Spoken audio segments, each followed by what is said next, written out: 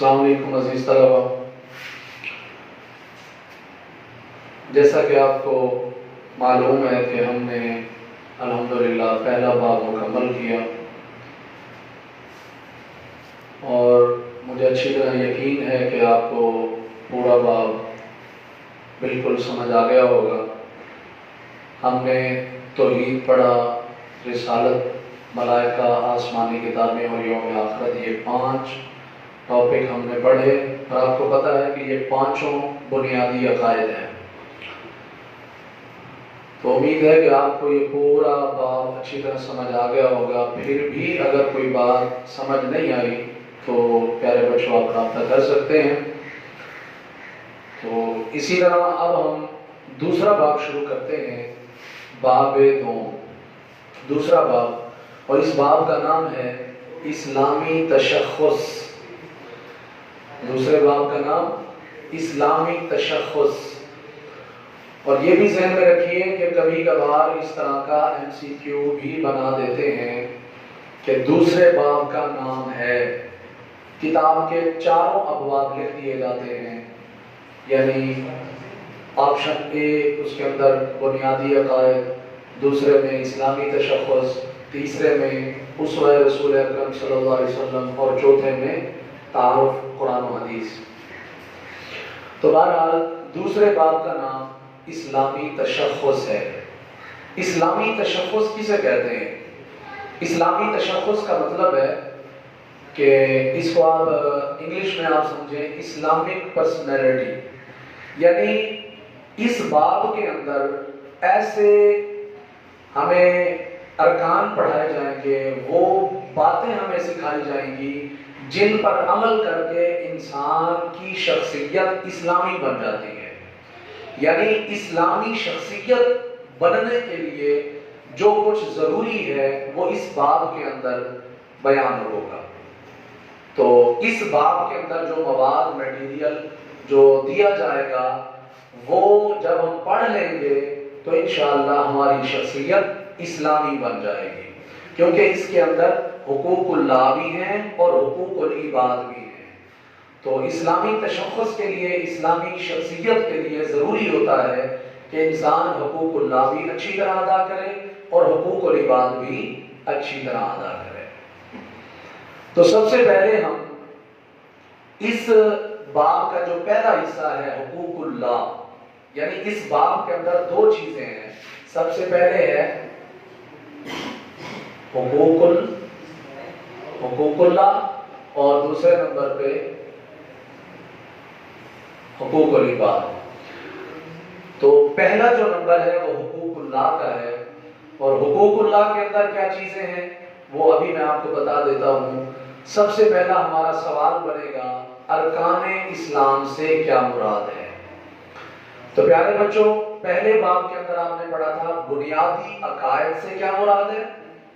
دوسرے باب کا پہلا جو سوال ہے وہ ہے ارکان اسلام سے کیا مراد ہے۔ ایک ہے اسلام کے عقائد اور ایک ہے اسلام کے ارکان۔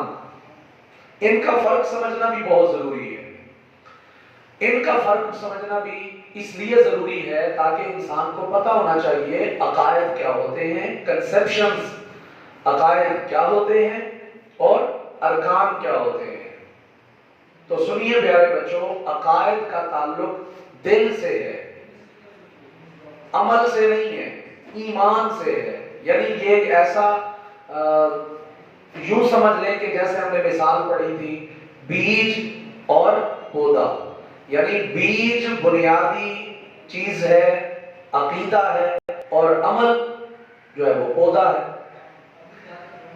بنیادی عقیدہ جو ہے وہ بیج سے مثال دی گئی اور عمل سے مثال پودے کو دی گئی، اور وہ عمل جو ہے وہ رکن ہے، ارکان ہے۔ یعنی بنیادی عقائد جو ہیں ان کا تعلق دل سے ہوتا ہے، ان کا تعلق ماننے سے ہوتا ہے، ان کا تعلق عقیدے سے ہوتا ہے، اور جو ارکان ہیں ان کا تعلق عمل سے ہوتا ہے۔ یعنی جو ہم عمل کرتے ہیں ان سے پتہ چلتا ہے کہ یہ کون سا رکن ادا کر رہا ہے۔ تو اس طرح ہم پڑھیں گے ارکان اسلام سے کیا مراد ہے۔ تو سب سے پہلے دیکھیے ارکان یہ عربی زبان کا لفظ ہے اور یہ جمع ہے کس چیز کی؟ رکن کی. ارکان جمع ہے رکن کی. اور رکن کا معنی کیا ہوتا ہے؟ ستون، پلر. جو ہم عمارت بناتے ہیں، عمارت کے نیچے جو ہم ستون دیتے ہیں، یہ دیواریں سمجھ لیں، پلر سمجھ لیں، تو رکن ستون کو کہتے ہیں. ستون ارکان یعنی رکن کی جمع. تو اس کا جو اصطلاحی مفہوم ہے یہ ہے لغوی معنی. اس کا اصطلاحی مفہوم کیا ہے؟ اس کا اصطلاحی مفہوم یہ ہے ارکان اسلام سے مراد دین کے وہ بنیادی اصول و اعمال ہیں جن پر دین کی عمارت قائم ہے. کیا مطلب؟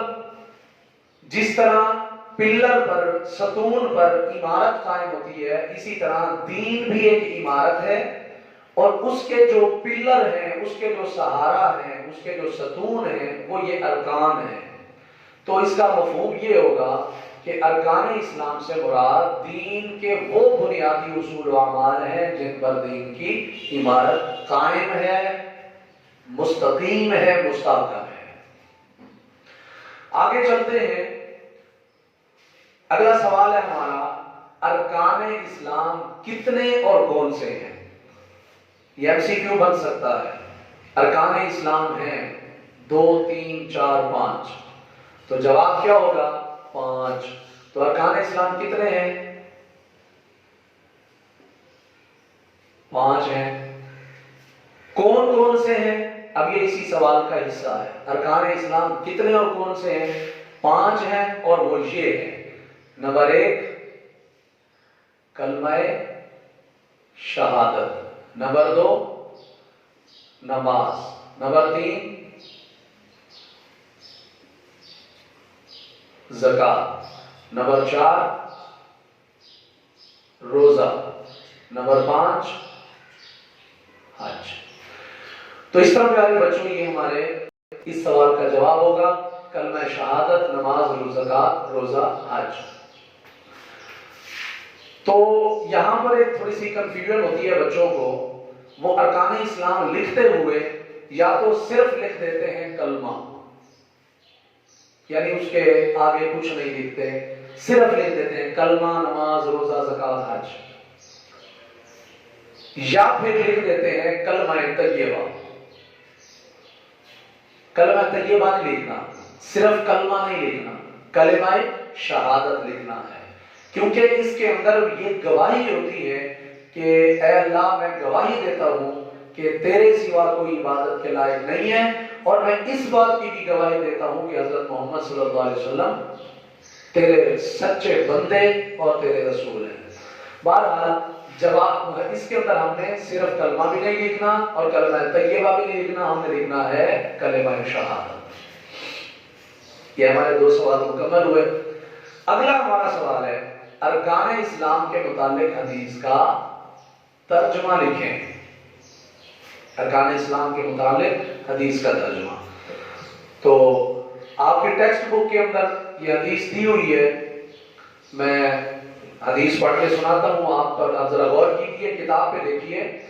بنی الاسلام علی 5 شہادت اللہ الہ الا اللہ وان محمدا عبدہ ورسولہ واقام الصلاة وایتاء الزکاة والحج وصوم رمضان.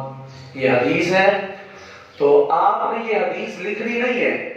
سوال ہوتا ہے ارکان اسلام کے متعلق حدیث کا ترجمہ لکھیے. تو آپ کو اس حدیث کا ترجمہ زبانی یاد ہونا چاہیے. آپ ذرا کتاب پہ دیکھیں، میں ترجمہ کرواتا ہوں. بنی الاسلام علی 5. اسلام کی بنیاد 5 چیزوں پر ہے. بنیاد بنا کی گئی، بنیاد رکھی گئی. الاسلام اسلام کی علا پر خمس پانچ، اسلام کی بنیاد 5 چیزوں پر قائم ہے۔ کون کون سی؟ نمبر 1 شہادتاً اللہ الہ وَأَنَّ مُحَمَّدًا عَبْدُهُ وَرَسُولُهُ، یہ ایک چیز ہے، لیکن یہ حصے 2 ہیں۔ وہی بات جو کلمہ شہادت والی ہے، یہ کلمہ شہادت ہے، گواہی دینا اس بات کی کہ نہیں ہے کوئی معبود مگر اللہ، یعنی اللہ کے سوا کوئی عبادت کے لائق نہیں، اس بات کی گواہی دینا۔ وَأَنَّ مُحَمَّدًا عَبْدُهُ وَرَسُولُهُ، اور اس بات کی بھی گواہی دینا کہ محمد صلی اللہ علیہ وآلہ وسلم اس کے بندے اور آخری رسول ہیں، اس کے بندے اور رسول ہیں۔ یہ پہلی بات۔ دوسری بات وَإِقَامِ الصَّلَاةِ، یہ اب ارکان بیان ہو رہے ہیں۔ نمبر 1 پہلا رکن، نمبر 2 دوسرا رکن، یہ تیسرا رکن، یہ چوتھا رکن، اور یہ 5واں رکن۔ وَإِقَامِ الصَّلَاةِ، اور نماز قائم کرنا۔ اقام کا معنی قائم کرنا، اس صلاۃ کا معنی نماز، نماز قائم کرنا۔ وَإِيتَاءِ الزَّكَاةِ، زکوٰۃ دینا، ایتا کا معنی دینا۔ والحج، اور حج کرنا۔ وصوم رمضان، اور رمضان المبارک کے روزے رکھنا۔ اب یہ ترجمہ مکمل ہو گیا اور ارکان اسلام بھی پورے ہو گئے۔ اب ایک بات اور بھی سن لیجئے، یہاں ہم نے جو سوال کیا تھا ارکان اسلام کتنے اور کون سے ہیں، آپ لکھ سکتے ہیں 5 ہیں، اور اس کے بعد آپ اگر ترجمہ بھی لکھ دیں گے تو جواب یہ بھی مکمل ہو جائے گا۔ آپ کی مرضی، اس طرح پوائنٹ بنا کے لکھ لیں، آپ کی مرضی پوائنٹ بنا کے لکھیں، آپ کی مرضی ترجمہ لکھیں۔ اگر آپ ترجمہ لکھیں گے تو اس طرح جو میں نے پڑھایا ہے اس طرح لکھنا ہے، اگر آپ پوائنٹ لکھیں گے تو پھر اس طرح نہیں لکھنے جیسے میں نے یہاں لکھ دیا ہے۔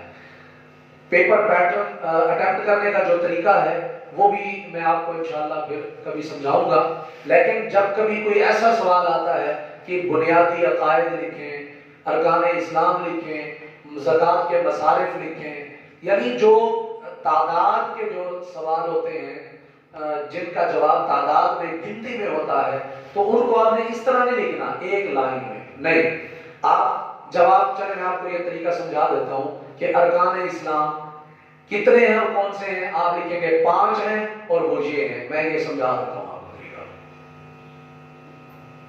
5 ہیں اور وہ یہ، تو یہ ہے سے مراد یہ نہیں ہے کہ آپ اس سے آگے یوں لکھ لیں کلمہ شہادت نماز روزہ زکوٰۃ حج، ایک ہی لائن کے اندر پورا جواب، نہیں، اس طرح نہیں کرنا۔ آپ نے یہاں سٹار بنا لیں، آپ کی مرضی ہے، کوئی پوائنٹ کا نشان بنا لیں، آپ کی مرضی ہے، یہاں آپ لکھیں گے کلمہ شہادت، دوسرا سٹار بنائیں گے، پھر آپ لکھیں گے نماز، تیسرا سٹار بنائیں گے، پھر آپ لکھیں گے زکوٰۃ، چوتھا سٹار بنائیں گے، آپ لکھیں گے حج، 5واں سٹار بنائیں گے، پھر آپ لکھیں گے رمضان المبارک کے روزے رکھنا، ٹھیک ہے جی؟ اس طرح آپ نے پوائنٹ بنانے ہیں، مصارف زکوٰۃ لکھنے ہیں یوں لکھنے ہیں، عقائد لکھنے ہیں یوں لکھنے ہیں، یہ ویسے میں نے آپ کو طریقہ سمجھا دیا ہے، نیکسٹ ٹائم جیسے بھی آپ سوال لکھیں تو اس طرح لکھیں۔ بہرحال حدیث کا ترجمہ ہو گیا، اب ہمارا اگلا سوال ہے کلمہ شہادت کا ترجمہ لکھیں، کلمہ شہادت کا ترجمہ لکھیں۔ یہ دیکھیں، یہ کلمہ شہادت لکھا ہوا ہے، لیکن اس کے اندر ہم نے شہادتن کی جگہ لکھنا ہے اشہدو، اشہدو، یہ تو ویسے حدیث کے الفاظ ہیں، شہادتن لا الہ الا اللہ وان محمد عبدہ ورسولہ، یہ حدیث کے الفاظ ہیں، تو یہ الگ سے جو کلمہ ہے وہ اس طرح ہے اشہدو اللہ الہ الا اللہ وحدہ لا شریک لہ واشہد ان محمدا عبدہ ورسولہ۔ ابھی میں یہاں پہ عربی کلمہ بھی لکھتا ہوں اور پھر اس کا ترجمہ بھی لکھتا ہوں، دیکھیے ذرا غور سے، پہلے میں یہ کلمہ شہادت کا ترجمہ لکھیں اور نیچے سوال ہے کلمہ شہادت اعراب کے ساتھ لکھیں۔ سب سے پہلے میں کلمہ لکھ رہا ہوں، غور سے دیکھیے، اشہد اللہ الہ الا اللہ وحدہ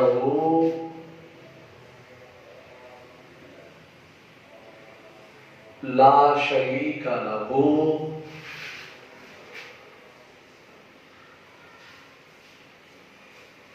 واشہد ان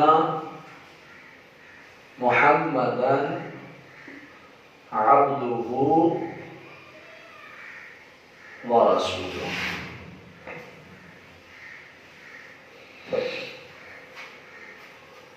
جی پیارے بچوں، یہ کلمہ شہادت میں نے عربی میں لکھا ہے۔ اب ذرا آپ اس میں غور کریں، میں سب سے پہلے اس پہ اعراب لگاتا ہوں۔ یہ والا سوال ترجمہ میں بعد میں لکھتا ہوں، اس سوال کو میں یہاں لکھ دیتا ہوں۔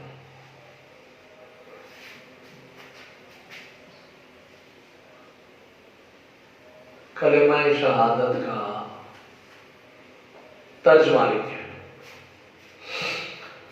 اب ہم نے یہ سوال بنتا ہے، بورڈ کے اندر یہ سوال آتا ہے کہ کلمہ شہادت اعراب کے ساتھ لکھیں۔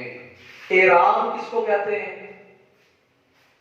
زبر زیر پیش۔ جب ہم یہ جو عربی لکھی ہوئی ہے یہ بغیر زبر زیر پیش کے ہے، یعنی بغیر اعراب کے ہے۔ اعراب کے ساتھ لکھیں۔ اب میں نے لکھ تو لیا، اب اس کے اوپر میں اعراب لگا رہا ہوں، ذرا غور سے دیکھیں۔ کتاب پر بھی دیکھیں، کتاب کے اوپر جو عربی لکھی ہوئی ہے اس کے اوپر زبر زیر لگے ہوئے ہیں۔ اشہد